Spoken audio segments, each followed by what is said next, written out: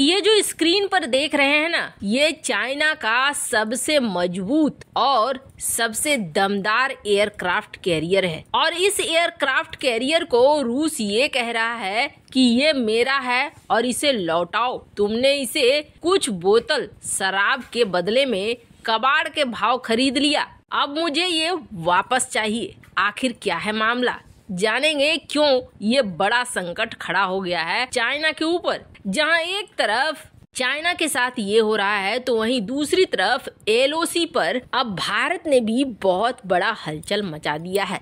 जमीन पे बंकर और आसमान में फाइटर जेट, आखिर भारत क्या करना चाह रहा है, जानेंगे क्या कुछ चल रहा है जियोपॉलिटिक्स में। आइए जानते हैं इन खबरों को विस्तार से। जब सोवियत संघ हुआ करता था यानी कि USSR, तब USSR का मैप कुछ ऐसा हुआ करता था जिसमें कई देश जुड़े हुए थे। लेकिन आखिरकार USSR टूट जाता है और USSR के टूटने से छोटे छोटे कई देश बन जाते हैं। और जब USSR टूटता है तो बहुत सारी चीजों का बंटवारा होता है, जिनमें फैक्ट्री का भी बंटवारा होता है, सेना का भी बंटवारा होता है और हथियारों का भी बंटवारा होता है।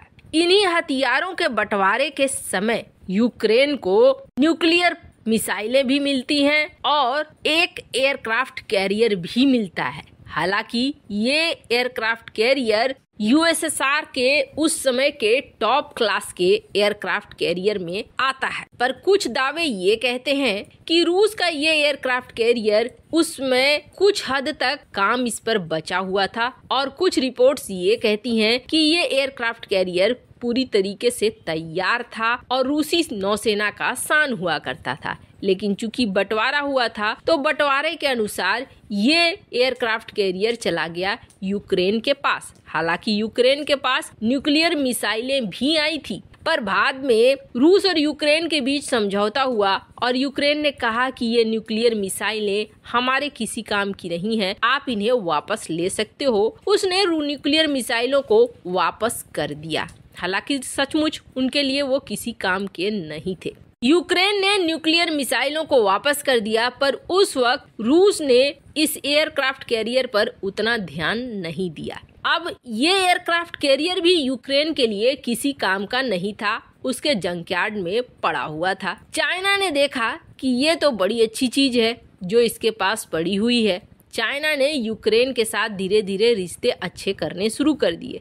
वैसे चाइना यूक्रेन के मोटर सीच कंपनी पर कब्जा करना चाहता था, जो यूक्रेन की वो कंपनी है जो बनाती है इंजन्स वगैरह और कई सारे मिलिट्री के उपकरण। मोटर सीच पर चाइना की हिस्सेदारी भी उस समय बढ़ रही थी। चाइना ने इस एयरक्राफ्ट कैरियर को खरीद लिया, बोला आप हमें दे दो। अब चूंकि काफी समय तक ये पड़ा हुआ था तो इसके एक तो कई पुर्जे काम नहीं कर रहे थे और कुछ पार्ट्स थे जो अभी भी कंप्लीट नहीं हुए थे। चाइना इसे लेकर आ गया कबाड़ के भाव में, और कबाड़ के भाव में चाइना ने फिलहाल तो जंकयार्ड में रखा। कहा कि हम इसे कैसीनो बनाएंगे, एक पानी पर चलता हुआ कैसीनो जहाँ पर लोग आनंद लेंगे समंदर का और खेल भी खेलेंगे। तो प्लानिंग ये थी, पर ये पूरी तरीके से चला नहीं। बहुत दिनों तक चाइना ने इसे अपने जंकयार्ड में रखा। फिर बाद में चाइना को लगा चलो इसकी मरम्मत करते हैं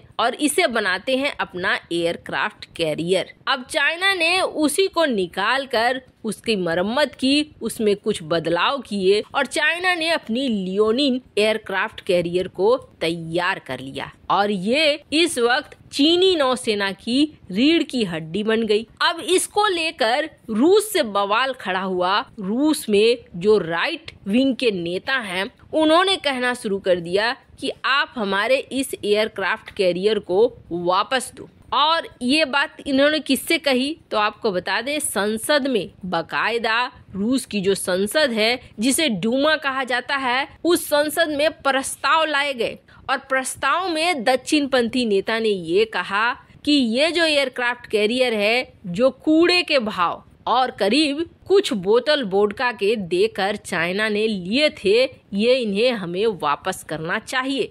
हम ऐसा नहीं है कि इनसे बिना पैसे लेंगे, हम इनसे वापस से खरीदेंगे उसी रेट पर जिस रेट पर इन्होंने खरीदा था और खरीद कर हम एयरक्राफ्ट कैरियर को वापस लाएंगे।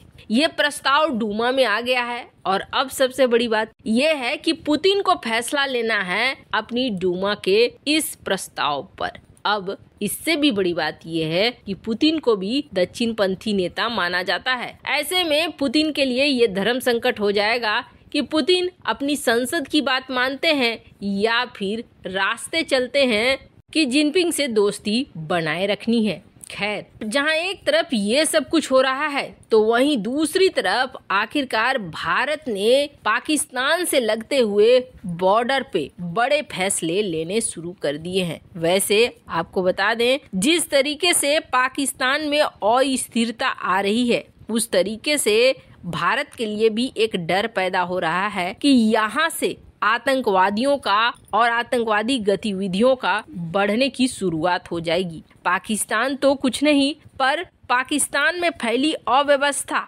भारत के अंदर भी घुसने लगेगी। अभी भी ये देखा जाता है कि पाकिस्तान से लगते हुए बॉर्डर पे हाल फिलहाल में गतिविधियां बढ़ गई है। ये देखा जा रहा है कि कई बार ड्रग्स से लेकर हथियार तक ये पाकिस्तानी बॉर्डर पर पाए जा रहे हैं, ड्रोन के द्वारा भेजे जा रहे हैं। अब इसे देखते हुए भारत सरकार ने कई फैसले लिए हैं। पहली बात तो ये निकल कर खबर आ रही है कि भारत के जो P-8I विमान है वो P-8I विमान लगातार अब गश्ती पर निकलते हैं, खास तौर पर पाकिस्तानी बॉर्डर पर ध्यान देने के लिए कि यहाँ से कुछ ऐसा तो नहीं आ रहा है जो भारत के लिए खतरा बने। तो वहीं दूसरी तरफ भारत ने सबसे बड़ा फैसला लिया है और भारत का ये फैसला बेहद महत्वपूर्ण है। भारत अब बंकरों का निर्माण कर रहा है। ये बंकर जो पाकिस्तानी बॉर्डर से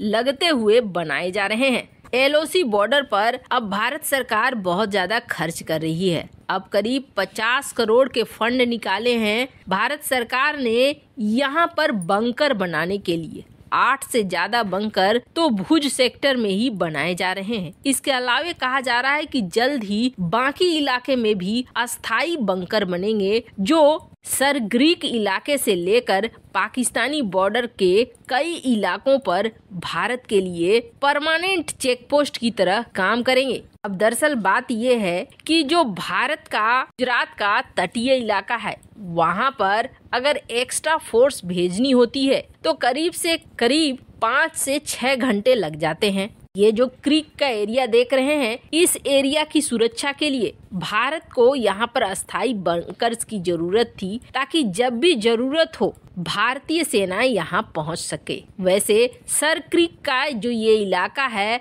98 किलोमीटर ऐसा इलाका है जिसमें भारत और पाकिस्तान लड़ते हैं कि ये हमारा है, ये डिस्प्यूटेड एरिया दोनों के बीच में है। इसलिए भारत सरकार सर क्रीक के लिए अपनी तैयारी को मजबूत कर रही है। वैसे इन सब मामले में आपकी क्या राय है, कमेंट कर जरूर बताएं। जल्द मिलते हैं अगली वीडियो में नई खबर के साथ।